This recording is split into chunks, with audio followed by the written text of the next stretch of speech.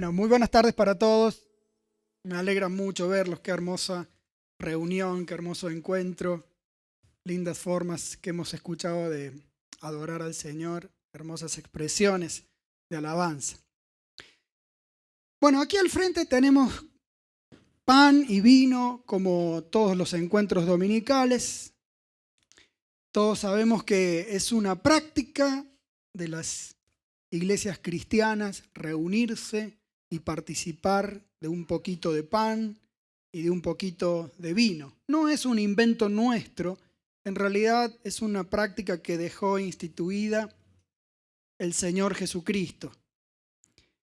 Y no es simplemente una ceremonia, una formalidad sin sentido. Es una práctica que tiene significado. Significado. Está diciendo algo, está expresando algo, eso de participar de estos elementos. Ahora, para entender cuál es el significado de esto que conocemos como Cena del Señor, en otros ambientes se la conoce como Santa Cena o como Eucaristía incluso, para entender el significado que tiene, una de las cosas que podemos hacer es fijarnos cuándo el Señor instituyó, cuándo encargó que se hiciera esto.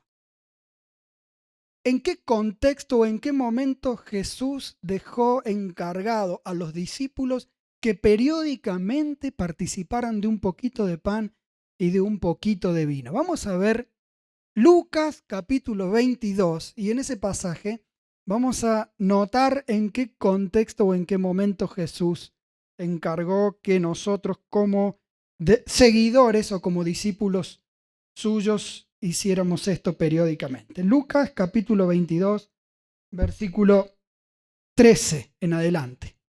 Abran su Biblia, leo de la versión Reina Valera. Lucas 22, 13.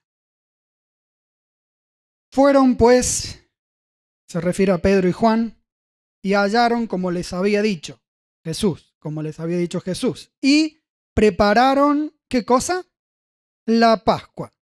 Cuando era la hora se sentó a la mesa Jesús y con él los apóstoles, y les dijo: cuánto he deseado comer con vosotros esta Pascua antes que padezca, es decir, antes que muera en la cruz. Porque os digo que no la comeré más hasta que se cumpla en el reino de Dios. Tomando la copa, dio gracias y dijo: tomad esto y repartidlo entre vosotros, porque os digo que no beberé más del fruto de la vid hasta que el reino de Dios venga. También tomó el pan y dio gracias y lo partió y les dio, diciendo: esto es mi cuerpo que por vosotros es dado, haced esto en memoria de mí. De igual manera, después de haber cenado, tomó la copa diciendo: esta copa es el nuevo pacto en mi sangre que por vosotros se derrama. ¿En qué momento Jesús dejó instituido que nosotros, sus discípulos o seguidores, periódicamente tenemos que participar de un poquito de pan y de un poquito de vino? Bueno, por el pasaje es muy claro que Jesús instituye esto mientras está celebrando la Pascua. Nosotros en nuestra cultura y como cristianos identificamos la Pascua con la fecha en que Jesucristo murió y resucitó. Sin embargo, originalmente la Pascua es una fiesta israelita, mucho más antigua, que viene de por allá del año 1300, 1400 antes de Cristo. Los judíos o los israelitas la vienen celebrando desde aquel entonces, todos los años, más o menos continuado, para recordar cuando Dios los libró de la esclavitud terrible que ellos habían tenido durante 400 años en Egipto. Así que Jesús instituye que nosotros participemos del pan y del vino eventualmente, mientras celebraba aquella fiesta israelita con sus discípulos. Recordemos que él y sus apóstoles eran precisamente israelitas. Estaban celebrando su gran fiesta nacional, vamos a decir, su fiesta de la independencia. Como era costumbre, habían conseguido un corderito, habían ido al templo para que lo mataran, lo estaban asando, lo habían asado, mejor dicho, y lo estaban comiendo con panes sin levadura, con hierbas amargas, y había ahí también algunas copas de vino. Es allí que Jesús instituye la Santa Cena o la Cena del Señor. Ahora, mientras ellos están comiendo, recuerdan al menos 3 hechos históricos que habían sucedido 1400 años antes. O sea, mientras Jesús y los suyos están participando de esa Pascua, estaban recordando 3 hechos que habían sucedido la noche antes de salir libres de Egipto. 3 hechos históricos. Los vamos a recordar en orden. Recuerden que estamos viendo qué significa esto. Bueno, vamos a recordar lo que ellos estaban trayendo a la memoria mientras celebraban la Pascua esa noche. Se habían remontado 1400 años antes y habían recordado estas 3 cosas. La primera de ellas es que un corderito había tenido que morir. Cada familia israelita había tenido que escoger un corderito, había tenido que matarlo y con su sangre había pintado la parte de afuera del dintel de su casa. Y después se había sentado a participar de ese corderito con panes sin levadura. Eso es lo que estaban recordando Jesús y sus discípulos en el momento en que participaron esto. En segundo lugar, el segundo hecho histórico que ellos recordaban al celebrar la Pascua era esto: que gracias a esa sangre con que habían manchado la parte de afuera del dintel de sus puertas, muchos habían sido librados del justo castigo de Dios. Así es. Así es. Mientras los israelitas allá en Egipto estaban comiendo el corderito o acababan de comerlo, Dios había salido por toda la tierra de Egipto para castigarla por la dureza de su corazón y por no haber aceptado adorarlo a él, por la gran idolatría que tenía aquella tierra.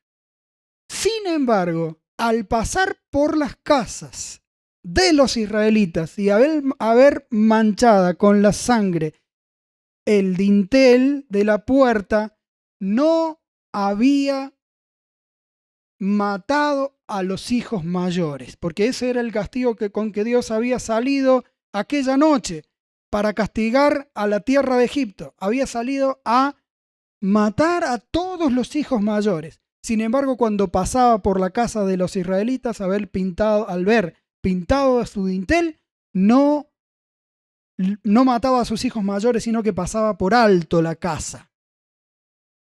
Sin embargo, al finalizar la noche, todos los hijos mayores de los egipcios habían muerto. Mucho dolor, mucha angustia. Ese es el segundo hecho histórico que siempre se recordaba en la Pascua. Y el tercer hecho histórico que se recordaba en la Pascua es que, terminada la noche y llegada la mañana del día siguiente, después de aquella gran matanza que había hecho Dios por todo Egipto, el pueblo de Israel fue liberado y salieron hacia una nueva vida. Más de 1 millón de personas con todas sus posesiones salieron en libertad hacia una nueva vida para conocer personalmente a Dios, para conocer su poder, su protección, su acompañamiento, su santidad, su justicia, para conocerlo, para adorarlo y para vivir conforme a lo que Él mandaba y revelaba. Eso también recordaban. 3 hechos históricos, entonces. Es en este contexto que Jesús instituye esto de participar de un poco de pan y de un poco de vino. Jesús aprovecha ese momento en que sus discípulos tenían en mente estas 3 cosas para instituir esto. ¿Por qué? Porque hay un gran parecido entre esos 3 hechos históricos y lo que estaba a punto de pasar con Jesús a las pocas horas, que estaba a punto de empezar en relación con Jesús a las pocas horas.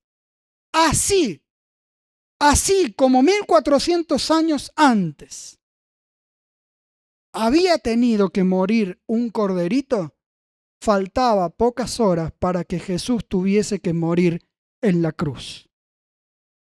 Así como 1400 años antes muchos habían podido ser liberados del justo castigo de Dios, así ahora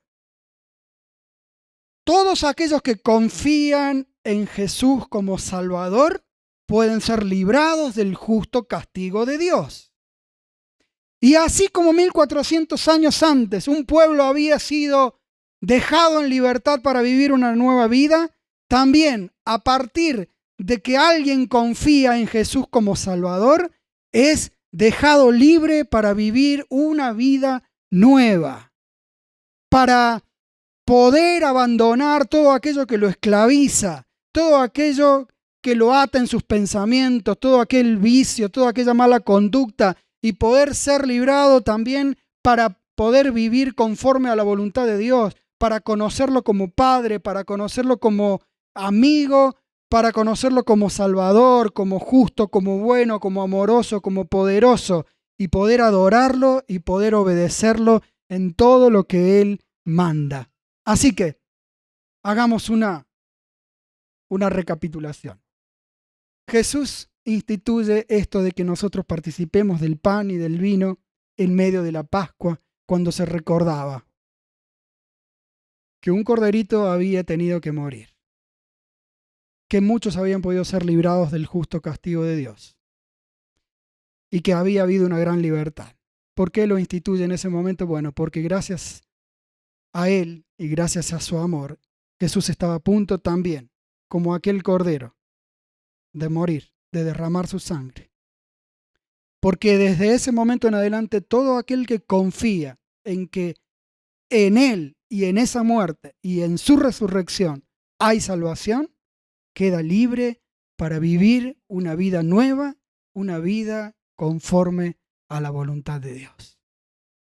Entendiendo esto, podemos encontrarle más sentido, significado a esto del pan y del vino. Ahora bien, ¿qué significa el pan y el vino propiamente dicho? Bueno, en un ratito Ricardo nos va a explicar también qué significa el pan y el vino. Ahora seguimos escuchando las alabanzas del Señor.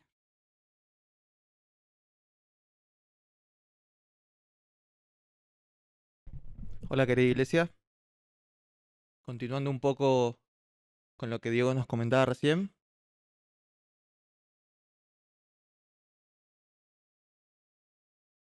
¿Qué significa este pan, esta copa de vino que el Señor dejó como institución, que dejó como un símbolo?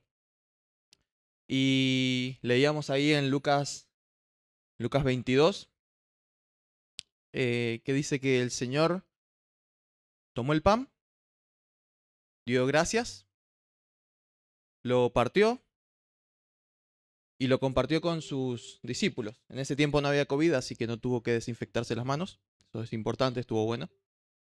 Y lo pudo compartir con sus discípulos. Y dice unas palabras que seguramente están en la mente de muchos de nosotros. Dice, este pan es mi cuerpo, que por ustedes es entregado. Este pan es mi cuerpo, que por ustedes es entregado. Este pan representa el cuerpo de Jesús arrestado. El cuerpo de Jesús azotado. Representa el cuerpo de Jesús golpeado, empujado y escupido por las multitudes. El pan representa el cuerpo de Jesús penetrado por los clavos. Representa el cuerpo de Jesús crucificado.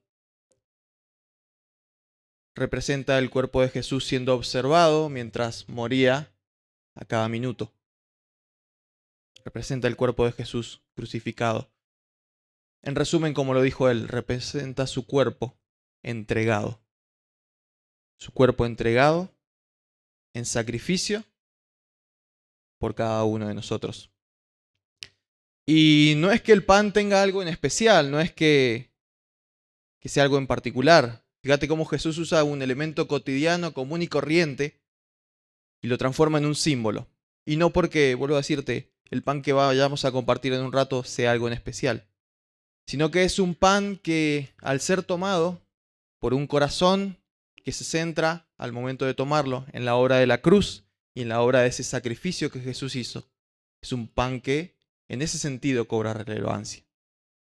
Vuelvo a decir, un elemento común y corriente, pero que Jesús lo establece como un símbolo para que recordemos esa obra en la cruz y ese sacrificio que él hizo. Pero no se quedó ahí.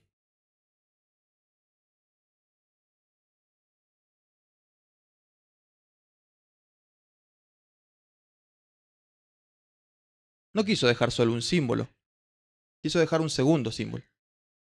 Y dice que tomó la copa, también había dado gracias, habían terminado de cenar, todo ahí el versículo que leía Diego, Lucas 22. Y dijo, esta es la copa, esta copa es el nuevo pacto en mi sangre que por ustedes es derramada. Esta copa es el nuevo pacto en mi sangre que por ustedes es derramada. Y Jesús sabía que al decir, fíjate que dice la palabra pacto, la palabra copa y la palabra sangre. Y Jesús sabía que al decir la palabra pacto no era una palabra más para los israelitas que lo escucharan, sus discípulos. Dios había tenido muchos pactos en el Antiguo Testamento con el pueblo de Israel. Pacto con Abraham, pacto con el pueblo de Israel en el que Moisés ahí fue intermediario y otros tantos. Pero estos pactos constantemente y recurrentemente venían siendo rotos por las personas. Venían siendo inalcanzables en muchos casos para las personas. Venían, por así decirlo, fallando porque las personas no podían cumplir con aquello que Dios establecía. Entonces Jesús dice, vengo a traerles un nuevo pacto. No como los anteriores. Este nuevo pacto es necesario y va a ser infalible. Un nuevo pacto completo y sobre todo un nuevo pacto en el que todo, podríamos decir, la responsabilidad, la fuerza, todo el peso recaía sobre los hombros de Jesús. Todo el peso de este nuevo pacto recaía y recae sobre los hombros de Jesús. Y dice que ese pacto, este nuevo pacto, se va a cumplir con su sangre. Y por eso utiliza la copa de vino en figura de esto, el vino. Y no solo porque la sangre representara lo que ya nos había comentado Diego, sino porque su sangre iba a ser derramada en la cruz. Derramada por mis errores, derramada por los errores de los discípulos a los que le habló en ese momento, derramada por cada uno de nosotros. Y qué interesante cómo el Señor utiliza estas dos figuras para reflejarlo. El pan, su cuerpo crucificado en la cruz. El vino, su sangre derramada también en la cruz. Para todo el mundo, para todo aquel que quiera acercarse a Jesús, confiar en Él, creer en esa obra que Él hizo en la cruz, pedir perdón por los errores cometidos y abrazar esa obra para uno. Y es interesante cómo el Señor, con dos elementos tan comunes y corrientes, nos deja un símbolo tremendo de lo que Él hizo en esa obra de la cruz por vos y por mí. Y es increíble también y interesante ver cómo este nuevo pacto recayó sobre Él y solo nos pide que nos acerquemos a Él, que lo creamos, que lo abracemos. Y a partir de ese momento, la relación rota, a partir de ese momento, ese puente caído que estaba entre Dios y yo, entre vos y Dios, se reconstruye, se vuelve a enlazar y no se rompe nunca más. Porque es infalible. Porque esta obra es infalible y completa. Y es completa porque la hizo Él. Y es completa porque su sangre era la sangre que debía ser derramada. Ahora, ¿por qué debemos recordarlo habitualmente? No te lo voy a spoilear. Eso lo vamos a ver con Josué en 5 minutos.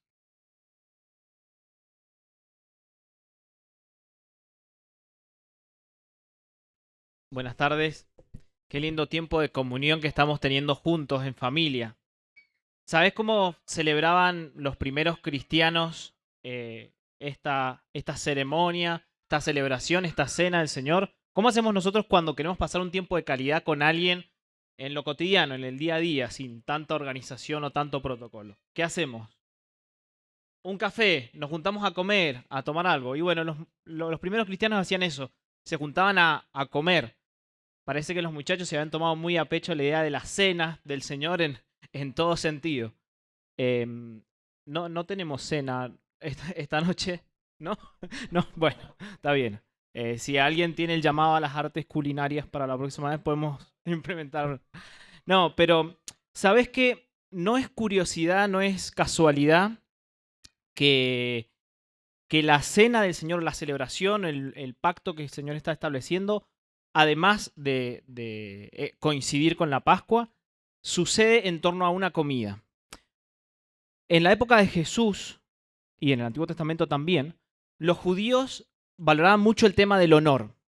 ¿Sí? La misión en la vida de cada judío era socialmente era preservar el honor que había heredado de sus padres, es decir, vivir como una persona honorable, honrada. Y para hacer esto, para preservar ese honor, ellos establecían vínculos y relaciones con personas del mismo honor. Y una de las formas de establecer estos vínculos era mediante una comida, invitarlos a comer, juntarse a comer juntos. Cuando había una mesa y habían personas juntas, sentadas, comiendo, significaba que todas tenían el mismo honor, el mismo honor y se relacionaban entre sí. Ahora, es por eso que cuando vemos en Mateo, los fariseos se escandalizan cuando ven que Jesús come con pecadores y publicanos y le dicen a sus discípulos, miren con quién está su maestro. Ha decidido compartir su honor con esta gente de un honor inferior porque son pecadores. Y entonces Jesús está poniendo en duda su honor y ellos se lo reprochan a sus discípulos. Y pensando eso y conectándolo con lo que hacemos nosotros en la cena, cuando nosotros nos sentamos simbólicamente a la mesa para participar del pan y el vino, lo que estamos diciendo, lo que estamos anunciando es que el Señor Jesucristo ha decidido dejar de lado su honor, el honor que heredó de su Padre, para sentarse a la mesa con nosotros y establecer una relación estrecha, cercana. Y es esa la base del pacto que establece por medio de su sangre. Dios establece un pacto y el deseo más profundo detrás de ese pacto de parte de Dios para nosotros es establecer una relación cercana con nosotros. Y es por eso que estamos llamados a hacerlo una y otra vez, para no olvidarnos de esa misericordia, de esa gracia que hemos recibido de parte de Dios. Y así como en el relato de Lucas que Diego leyó al principio, los discípulos, a Jesús le encargó a los discípulos que fueran a preparar todo para la Pascua, para celebrar esa noche. También Jesús, cuando está terminando la cena, le encarga a los discípulos que mantengan vivo este mensaje hasta que Él vuelva. Porque dice que va a llegar un día en donde Él nos va a invitar a sentarnos de nuevo a su mesa y va a volver a comer esta cena con nosotros. Y ese es el mensaje que estamos llamados a comunicar y a transmitir y lo que anunciamos cuando nos sentamos a la mesa con el Señor Jesús. Ahora, para que pase esto implica dos cosas. La primera es que Jesús, para sentarse a la mesa con nosotros, ha dejado de lado su honor, el honor que heredó de su Padre, se ha despojado de su dignidad, se ha humillado y se ha hecho cercano a nosotros. Pero lo segundo que pasa es que Dios, en su gracia, en su cariño, en su interés por estar cercano a nosotros, por medio del nuevo pacto que ha establecido Jesús, Él, si nosotros abrazamos ese pacto, como decía Ricky recién, nos llama sus hijos y nos da un honor que no merecemos, por gracia, un honor similar al de Jesucristo. Y es por eso que nosotros no tomamos esto a la ligera tampoco, y no me refiero a que si cuando comí el pan hice una oración o cuando tomé el vino me acordé de algo, sino que este es un recordatorio que nos tiene que llevar a vivir cada día de nuestra vida imitando a Jesucristo, es decir, vivir agradecidos por ese honor que Dios nos ha dado por medio de este pacto. No es porque seamos mejores personas, porque no lo somos, y cuando vemos que nos sentamos a la mesa de Jesucristo, realmente nos sentimos indignos, y cuando vemos nuestro día a día y nuestra maldad y nuestros malos pensamientos y malas acciones nos sentimos peor. Pero realmente cuando hacemos esto, nuestra mente tiene que estar puesta en que Jesús un día decidió sentarse a la mesa con nosotros a pesar de nuestra maldad y a pesar de nuestro pecado. Y no solamente eso, sino que estamos diciendo que va a llegar un día en el cual Jesús, cuando venga en su reino, en su gloria, se va a sentar nuevamente a la mesa con nosotros. Imagínate eso. Y si hay algo con lo que quisiéramos que vos puedas irte hoy, es que en la mesa de ese Rey de Gloria, en aquel día, hay una silla que tiene tu nombre. Puede ser que vos decías sentarte en esa silla, o ya hayas decidido sentarte en esa silla como hacemos nosotros, por gracia, porque es una silla, es una mesa a la cual no tenemos que llevar nada, porque no hay nada que podamos hacer nosotros por nuestras propias acciones. Podés decidir sentarte en esa silla ese día, o podés decidir rechazarla. No es por nuestro honor, no es porque lo merezcamos, sino porque Dios está abriendo su corazón, Dios está abriendo su casa. Y eso le costó la sangre, como decía Ricky, y eso le costó el honor que él tenía. Ahora, ¿sabés que vos podés hoy tomar la decisión de seguir a Jesús, de aceptar ese lugar, ese espacio, o podés decidir quizás no tomar ese lugar? No hay nada que nosotros podamos hacer y lo hacemos porque realmente hemos recibido la gracia y la misericordia del Señor. Ahora, ¿qué es lo que Dios espera de nosotros cuando participamos de esto? ¿Sabés que aunque nosotros no podamos sintonizarnos con el honor de Jesucristo, porque no podemos, somos indignos delante de su presencia, sí Dios espera que nos sintonicemos con su corazón? Y es por eso que estamos llamados a imitar a Jesús cada día. Cuando nosotros participamos de esta mesa, nos acordamos que Jesús ha decidido sentarse al lado nuestro. Pero también Dios, por medio de ese pacto, nos llama a vivir bajo los estándares de Jesucristo. No somos mejores personas porque Dios haya decidido acercarse a nosotros. Al contrario, cuando Él se acerca, nosotros nos damos cuenta de nuestra maldad. Pero estamos llamados a esforzarnos y a trabajar cada día para imitar a Jesús. Así que esto es lo que quería compartirte. ¿Por qué hacemos esto cada día? Porque lo necesitamos. Porque necesitamos recordarlo constantemente. Tiene un significado profundo, amplísimo, como decía Diego, como decía Ricky. Pero también tiene un significado desde una perspectiva social, que Jesús ha decidido acercarse a nosotros, humillándose y dándonos el derecho, por gracia, de estar sentados a su mesa y establecer una relación cercana, de intimidad. Que el Señor te bendiga.